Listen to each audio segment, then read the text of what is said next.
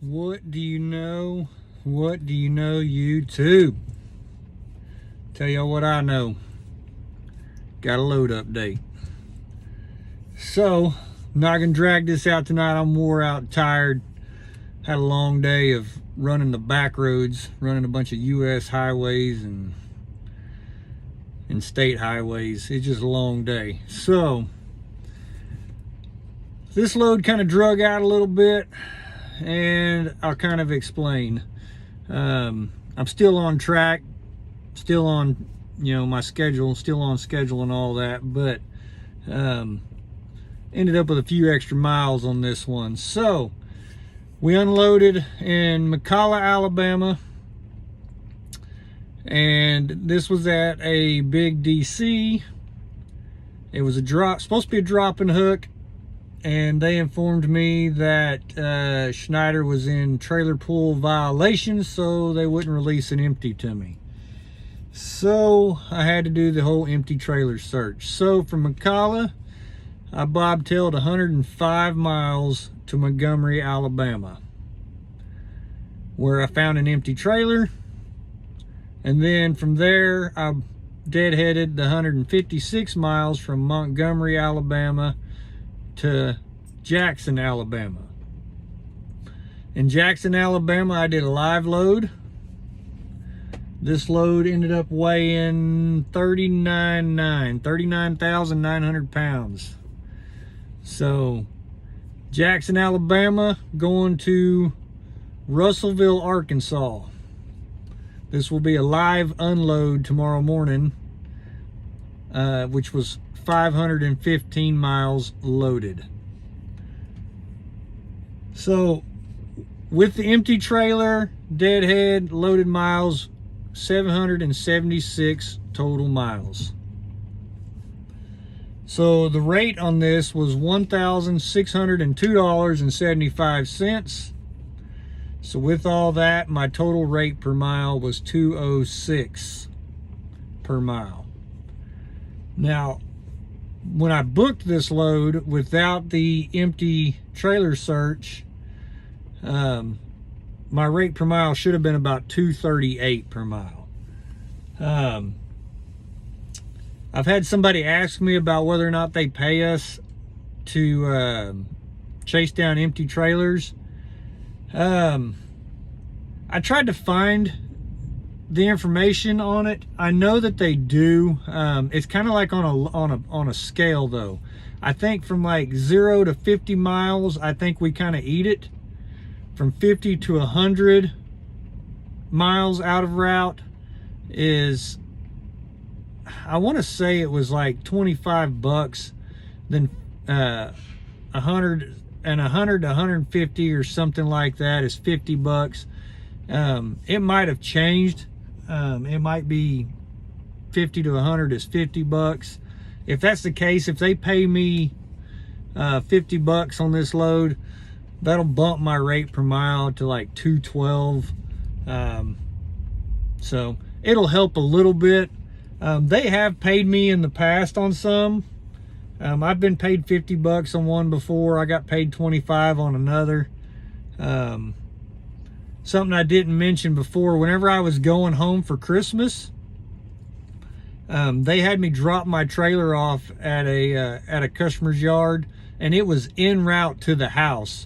And it was like less than 50 miles from where I dropped off to the house, and they paid me $25 for dropping that trailer.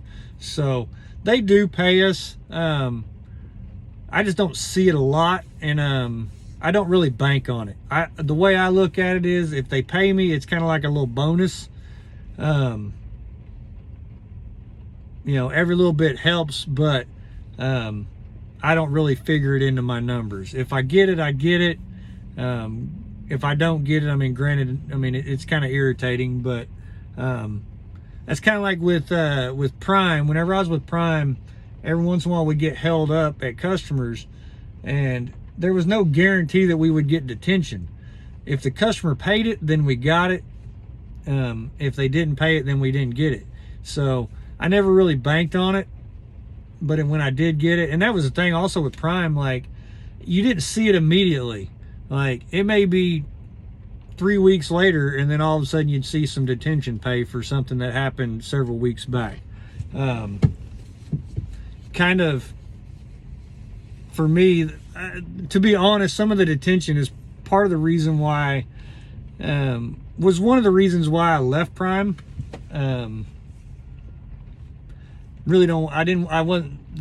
Wasn't planning on getting into that too much. But there was a time where one of their big customers kept overloading me. I was on a 53-foot flatbed going to California, so I had to close the axles. And so when you do that, especially when you're running a team truck with somebody else on the truck, you know, you got a little extra weight and all that. If I was on a 48-foot spread axle, the weight wouldn't have never been an issue. But I ended up getting held up like 2 days over that whole ordeal, and they kept telling me that I was going to get paid for it. I kept having to turn around. I'd go to a scale, have to turn around and come back with a scale ticket for them to move it. I told them numerous times exactly where I wanted the load positioned at, so that way it would balance out. And every time, you know, you get in them places like that, and them forklift operators, they do that stuff all day, every day, and they think that they know what they're doing. Well, where they were positioning that would have been fine on a 48-foot spread axle, but on a 53 with a closed axle, it needed to be in a certain spot, and they would never put it right where I wanted it. And so I'd always have to go to a scale and get a scale ticket and come back. And I did that like 3 times, and it cost me about 2 days when it was all said and done. And it was just a long ordeal. And Prime kept telling me I was gonna get paid for it, and I never did. I never once saw it. So there was a couple other times where they said that I was gonna get paid for a few things that kind of held me up, and I never saw it. So that was just kind of one of the things. And I know that's something that we deal with at just about every company out here, but I'm just not a big fan of when somebody has something in writing in a message form that says, oh yeah, you'll get compensated for it, and then you just never see it. So but anyway, that's a whole nother story. But that's where we're at. Unloading in Russellville, Arkansas in the morning. 206 a mile. 238 a mile would have been a little better, but 206 isn't bad. So from this load, I've got another load booked, but it doesn't deliver until Monday after the new year. So I'll talk about that then, and we'll finalize, which Monday for me is the end of the week, or at Schneider is the end of the week. So we'll finalize the numbers Monday after New Year's. So until then, y'all have a happy New Year, because I'm probably headed home. Well, actually, I know I'm headed home after this. So y'all have a happy New Year. Be safe. If y'all plan on doing any kind of drinking or celebrating, make sure you got somebody to drive for you. It's not worth losing your license over. You know, New Year's Eve is falling on a Friday this year. Yeah, I think it's Friday. Yeah, that's correct. Yeah, it falls on a Friday, so it's just gonna be a bad night. I wouldn't be out and about if I was you. Just my opinion. Stay at home, celebrate it with your family and friends. You know, that's all I can say about that. Y'all be safe. Hit the thumbs up, hit the subscribe button, keep the rubber down and the shiny side up, and I'll catch y'all on the next one.